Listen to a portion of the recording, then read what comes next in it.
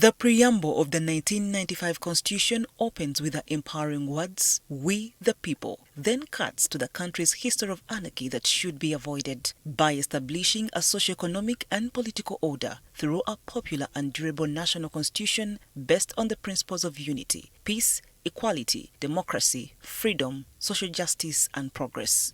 Article 1 enshrines the principle that all power belongs to the people of Uganda, who shall exercise their sovereignty in accordance with the supreme law.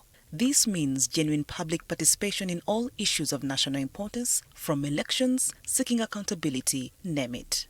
Key was to ensure that the military is not above civilian oversight, make sure that a system of governance is representative, but also critically as represented in Article 1 of the Constitution. It is true, we wanted a constitution that would be for our future, for our progeny, socio-economic, public, political order, and a popular and durable constitution. When you read the Ugandan Constitution, it mentions the people. The judicial authority will be exercised in accordance with the aspirations of the people. It falls on every one of us.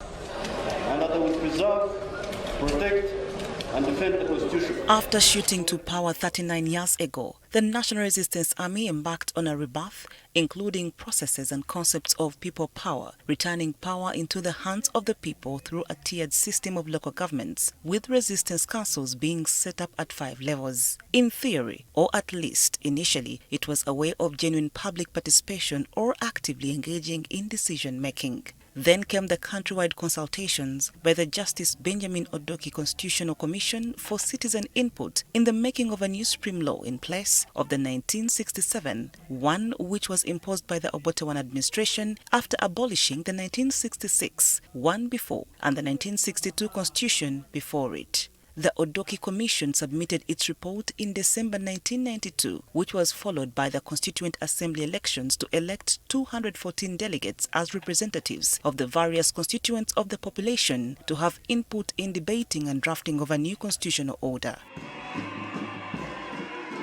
30 years later, questions linger on whether the founding ideals of the Constitution and constitutionalism have been upheld. The Justice and Constitution Affairs Minister Norbert Mao told NTV that is concerned that the Constitution has floundered in large part. The Constitution is what can save you from a mob. Without a Constitution, you face a mob. So the government shouldn't be a mob. Only mobs have no rules. So I'm extremely concerned.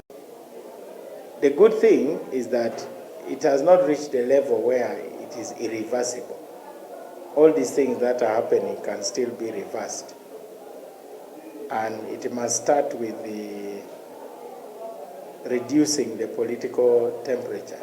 He said the Constitution remains as important as ever. We must continue being idealistic. It is idealism. It is the idealism of heaven.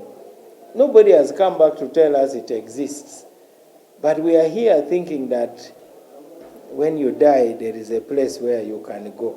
Lawyer Nicholas Opio averred that the new constitution was the penultimate expression of goodwill by the then rebel group that had taken over power. I think part of the wave was what continued from 1986, when the 1985 government fell and President Museveni promised a fundamental change.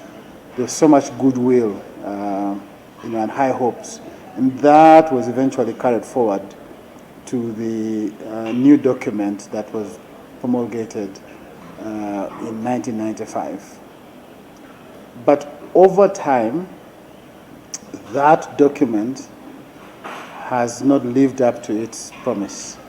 In many respects, public participation in national issues mattered only in parliamentary and local government elections, not so much in presidential elections, as President Museveni went on to win the elections from 1996, 2001, 2006, 2011, 2016, 2021, and he's eyeing a 7th elective term. He has also long changed his stance. Africa's problems are leaders who overstay in power. 2. Africa's problems are leaders who stay in power without being elected. The doctrine of separation of powers to ensure an independent judiciary and legislature to provide checks and balances to the executive was long discarded. Political assemblies and the right to assemble and demonstrate peacefully on any given issue, once allowed in Article 29 in the 1995 Covenant, have since been curtailed.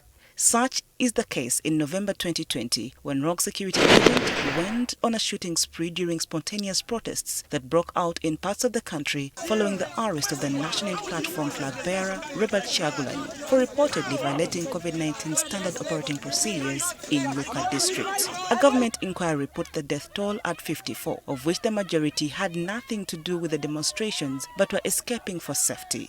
Scores of activists triggered the March to Parliament campaign mid-last year to protest against the massive corruption and theft of public funds in Parliament. These were expressly arrested, charged and remanded, and a few reportedly sexually molested on accusations of being foreign-backed to sow anarchy. Almost a year later, police escorted members of the loose outfit Patriotic League of Uganda to demonstrate outside the German embassy.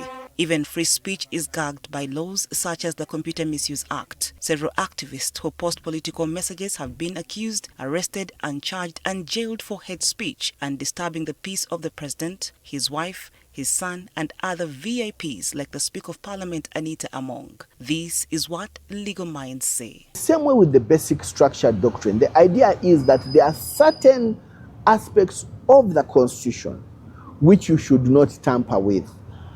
The idea behind that is that when you tamper with those provisions, there is a ripple effect on other aspects of the Constitution. I think the lesson as we come to this 30 years anniversary is perhaps we need to focus more on judicial independence and allow judges to operate independently.